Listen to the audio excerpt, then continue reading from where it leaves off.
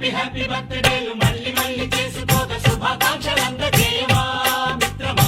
ఆపలేని స్వేచ్ఛ ఉంది, అందినంత ఛాన్స్ ఉంది, అందుకోర పుత్ర రత్నమా నేస్తమా. జీవితానికే అర్థం ప్రేమని మరిచిపోదు మా యవ్వనమే. ప్రేమ అన్నదే సర్వం కాదని చాటుతుంది మా అనుభవమే.